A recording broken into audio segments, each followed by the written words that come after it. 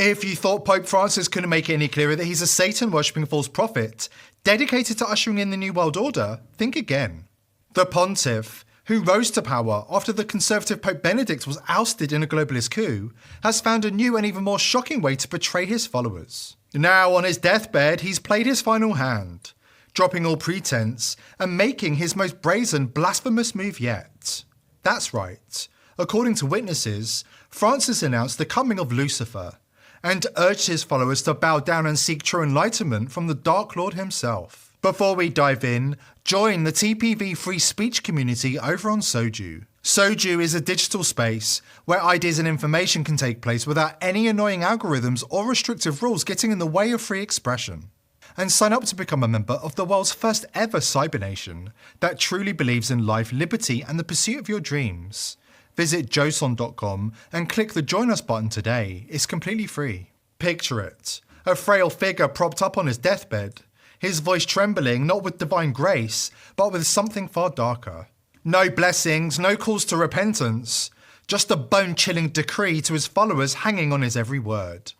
Pray to Lucifer for real enlightenment.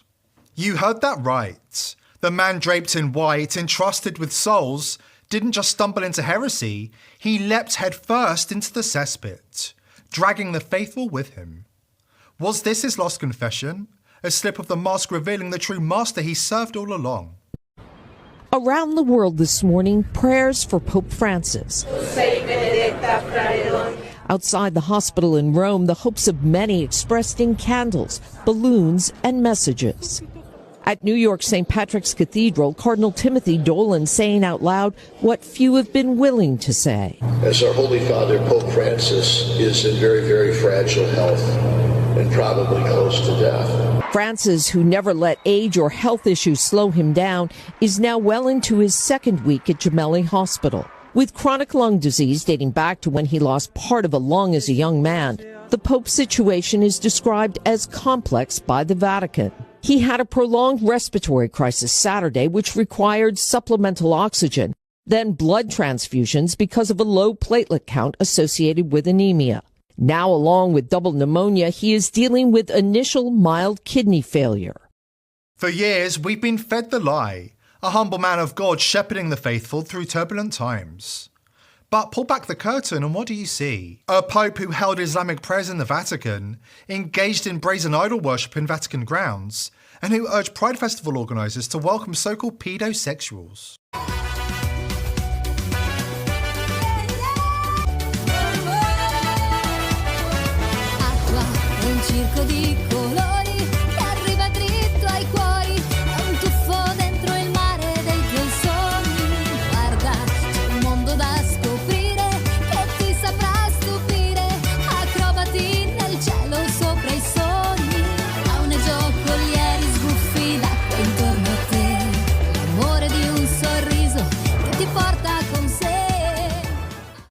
The slimy fingerprints of Obama, Clinton and Soros are smeared across this unholy charade. Pope Benedict, a conservative pope, was silenced, sidelined, and replaced by a radical mouthpiece who dared to spit in the face of everything sacred. Francis and McCarrick were involved in many of the color revolutions from 2013 on. Also, McCarrick was deeply involved in managing the placement of Jorge Bergoglio as the, purported Pope of the Catholic Church. We now are demanding both DOJ as well as the government of Trump to audit all records relating to what they call the Catholic Spring, which was the color revolution, to displace and get rid of the globalist worst nightmare. And who was the worst nightmare? That was Ratzinger, Pope Benedict, because he was against migration in Europe. He was against the climate change. He was against the China deal. He was against the mass UN Sustainable Development Goals. The entire New World Order agenda was being stopped by Ratzinger. Francis knew that. Obama, Biden knew that. Biden and Ted McCarrick are as thick as thieves. They have always been, and this needs to be uncovered. Of course, Creepy Joe is close friends with the Cardinal, who was ruled not competent to stand trial on charges of molesting an underage child due to a diagnosis of dementia. Birds of a feather. It's little wonder they're both close friends with a Pope who has routinely hailed Satan while punishing those who seek his blessings.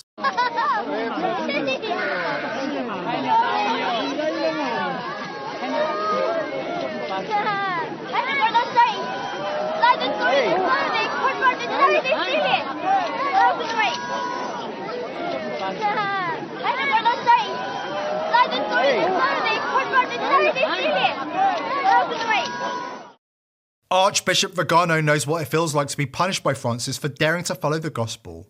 He was excommunicated by the Pope for speaking out against the Pope's globalist agenda, in particular his creepy friendship with Klaus Schwab. According to Vigano, Francis's true mission was never to uphold the Church, but to systematically dismantle it and replace it with a new organisation built on Masonic principles. Confirming the pactum sceleri, the criminal conspiracy between the deep state and the deep church. It seems to me that in this conspiracy the role of the Jesuit has been decisive. It is no coincidence that for the first time in history a religious of the Society of Jesus is seated on the throne of Peter. Let's connect the dots the mainstream media won't touch.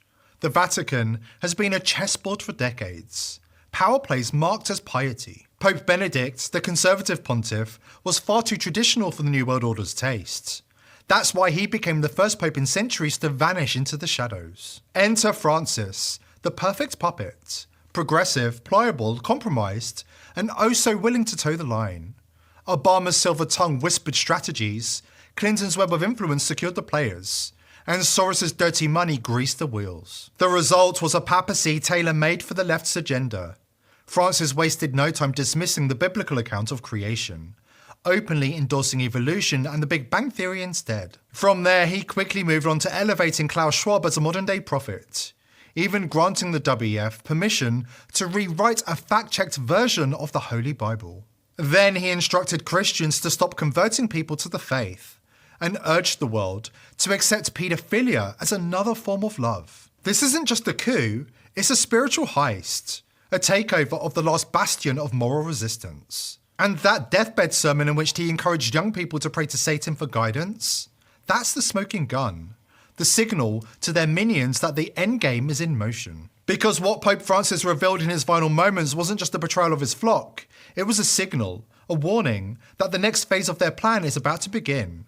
And if you think you're ready for what's coming next, Francis went further with his support of the WEF and their vision of a techno-communist world, announcing that Christians must become communists, presumably of the Schwab-approved variety. In 2023, Francis joined forces with former President and Jeffrey Epstein associate Bill Clinton to announce that humanity must be urgently depopulated to save the planet. The same Pope, who recently told his followers that Lucifer is returning and he deserves respect, is also on record informing 33,000 pilgrims in St. Peter's Square that relationships with Jesus are dangerous and harmful. Are you starting to see a pattern emerging here? Quante volte abbiamo sentito questo? Questo non va. C'è chi ritiene di poter avere un rapporto personale, diretto, immediato con Gesù Cristo, al di fuori della comunione e della meditazione della Chiesa. Sono tentazioni pericolose, sono tentazioni dannose. So, how did we get here? Simple. Years of infiltration. Corruption festering under the gilded domes of the Vatican while the world slept. Want to see what Satanism hiding in plain sight within the Vatican walls looks like? During a ceremony that Pope Francis demanded was broadcast to the entire world, the Jesuit Pope announced the imminent coming of Lucifer, and followed up with some sickeningly blasphemous dogma. With great pomp, fanfare, and ceremony, Pope Francis, the head of the Jesuit order, announced through his cantor the imminent emergence the near advent of the coming to light of the Antichrist. Flammas eius, Lucifer matutinus indeniat, ille in quam Lucifer qui nescito casum, Christus filius tuus, qui regressus ab inferis, humano generis serenus illuxit, et te convivit et regnat in saecula saeculorum. During this pronouncement, the cantor called Lucifer God, claiming Lucifer to be the father of Jesus Christ.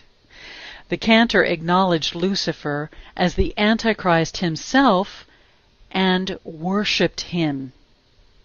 To this, a great crowd and the whole world sang,